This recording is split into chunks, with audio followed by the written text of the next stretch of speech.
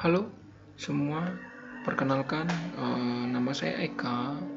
Di sini saya mau coba atau kita akan mencoba membuat video tutorial bagaimana cara menggunakan Edpuzzle dari sisi mahasiswa maupun siswa. Tapi sebelum kita bisa bikin tutorial menggunakan Edpuzzle, kita akan pahami dulu nih terkait dengan Edpuzzle itu sendiri. Jadi apa itu Edpuzzle? Jadi sebenarnya Edpuzzle itu adalah sebuah media digital yang biasanya digunakan oleh mahasiswa, oleh dosen, oleh guru untuk bisa menunjang pembelajaran yang ada di kelas. Jadi guru-guru, dosen-dosen itu mengupload tugas atau memberikan tugas melalui media ini, melalui Edpuzzle. Nah, untuk siswa bisa mengerjakan tugas, bisa mengerjakan ujian maupun kuis menggunakan media ini. Tentu sesuai dengan apa yang sudah disiapkan oleh guru-gurunya dan oleh dosen-dosennya. Nah, Edpuzzle ini adalah sebuah aplikasi yang bersifat cloud atau biasanya bisa dibilang aplikasi ini perlu adanya internet untuk bisa menggunakan si aplikasi ini. Nah, maka dari itu kita siapin dulu internet, jangan lupa kita koneksikan device kita dengan internet terlebih dahulu. Lalu kita coba gunakan browser yang biasa kalian gunakan bebas. Kalau saya di sini menggunakan sebuah browser yang namanya Google Chrome. Nah, saat kita bisa mencoba mau menggunakan Edpuzzle, kita ketik dulu di browser, kita ketikkan Edpuzzle. Nah, setelah kita ketikkan akan muncul website halaman pertama Edpuzzle ini ya. Nah, tampilannya seperti ini. Seperti yang kalian bisa lihat di layar masing-masing device kalian. Nah, itu tampilannya ada seperti ini. Oke, untuk step berikutnya kita akan coba mendaftar bagi yang belum punya akun. Caranya adalah kita klik tombol biru di bagian kanan atas, itu namanya daftar. Klik daftar, kemudian akan diarahkan ke form berikutnya, di mana kita akan memilih saya sebagai seorang siswa di sebelah kanan ya. Sebelah kanan kita klik, lalu jika mau lanjut bergabung menggunakan Gmail, kalian tinggal pilih lanjutkan sebagai Gmail. Lalu kalau misalnya tidak login menggunakan Gmail, kalian bisa manfaatkan tombol warna biru paling bawah daftar dengan Edpuzzle. Nah, itu kondisinya jika kalian tidak login di email kalian. Ya, ini saya coba menggunakan tombol ini daftar dengan Edpuzzle. Berikutnya si Edpuzzle ini akan mengarahkan kalian untuk menginputkan kode kelas. Di mana kita bisa mendapatkan kode kelas?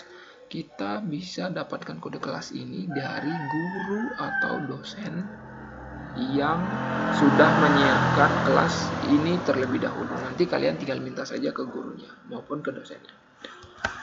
Kita coba ketikkan ya kode kelasnya, kemudian setelah kita ketikkan klik tombol selanjutnya. Oke. Nah, setelah kita klik kode kelasnya, maka diarahkan untuk kita menginputkan nama depan, nama tengah, dan nama belakang. Coba kita inputkan ya. Kemudian nama belakang. Lalu setelah kita berhasil menginputkan semua isian nama depan, nama tengah, dan belakang, kita bikin sandi. Sandinya yang diingat ya, yang gampang diingat, biar nanti bisa login menggunakan sandi ini. Begitu semuanya sudah terisi, lalu kita bisa klik bergabung dengan kelas. Oke, nah setelah berhasil bergabung dengan kelas, tampilannya akan seperti ini. di mana ada beberapa fitur yang bisa kalian manfaatkan. Nah, mungkin yang pertama kita masuk di pojok kanan atas, itu bagian account, di mana yang pertama itu ada informasi seputar nama kalian. Itu bisa kalian klik dan bisa kalian lihat profilnya ya, bisa diedit juga first name dan last name-nya, silakan kalau misalnya mau dikelola. Kemudian ada settingnya, di mana setting ini bisa merubah bahasa, kemudian merubah password, nama, untuk loginnya dan email, seperti itu untuk yang profile. Kemudian berikutnya ada fitur logout, di mana logout ini kalian bisa gunakan setelah selesai menggunakan media Advisor ini. Nah, untuk berikutnya di bagi sebelah kiri device itu ada notifikasi, ada my class dan arsip. Notifikasi di sini akan berfungsi sebagai media untuk menampilkan semua aktivitas yang terbaru. Ya, jadi akan muncul di notifikasi. Berikutnya di my class itu akan menampilkan data kelas atau data ruang kelas yang tadi kalian sempat input kodenya. Ini disiapkan oleh dosen maupun guru-guru kalian. Nah, di sini misalnya kelas interaksi manusia dengan komputer. Di dalam kelas ini ada beberapa fitur, assignment dan complete. Nah, assignment di sini itu ada biasanya sudah diupload berbagai video pembelajaran oleh guru-guru ataupun dosen kalian berupa video. Nanti kalian tinggal kerjakan saja. Bagaimana cara mengerjakannya? Tinggal di play saja. Misalkan di sini sudah ada satu video pembelajaran, coba kita play untuk assignment-nya. Tinggal kita play saja, kemudian kita tunggu.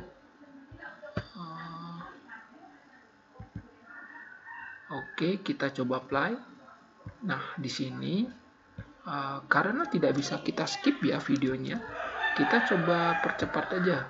Misalkan 2 kali, kita coba percepat, kemudian di durasi tertentu akan media ini ya, Advisor ini akan menampilkan sebuah pop-up dari pertanyaan si video pembelajaran ini. Kalau misalkan sudah menyentuh durasi tertentu, dia langsung muncul biasanya pop-up-nya. Kalau di sini itu munculnya di menit 1:17. Itu sudah langsung muncul pertanyaan pertama. Kalau di sini ada 4 pertanyaan yang harus kita jawab untuk kuisnya. Nah, seperti ini dia akan muncul pop-up-nya, teman-teman.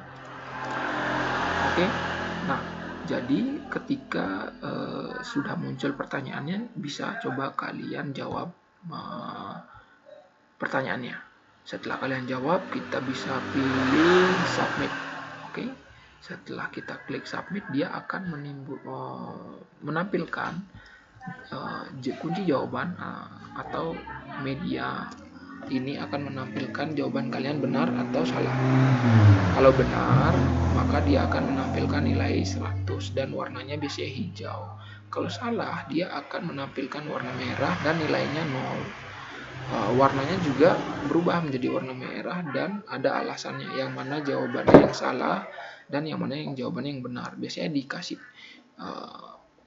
informasinya seperti itu. Oke. Kalau misalnya berikutnya ada pertanyaan berikutnya, kalian tinggal pilih continue.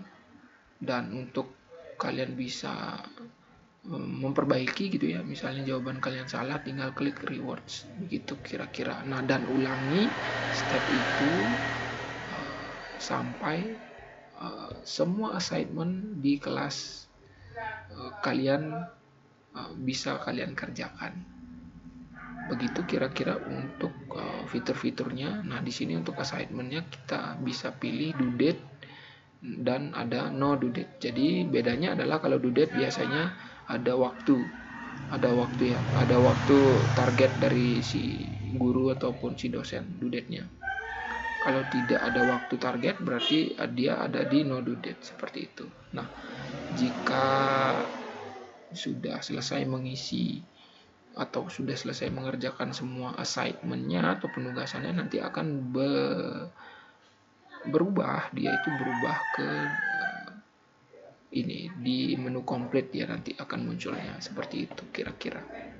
Nah, untuk fitur dari Edpuzzle sebagai siswa maupun mahasiswa seperti itu, nanti kalau misalnya ada yang mau kita bahas, silakan kita di pertemuan berikutnya. Terima kasih semuanya.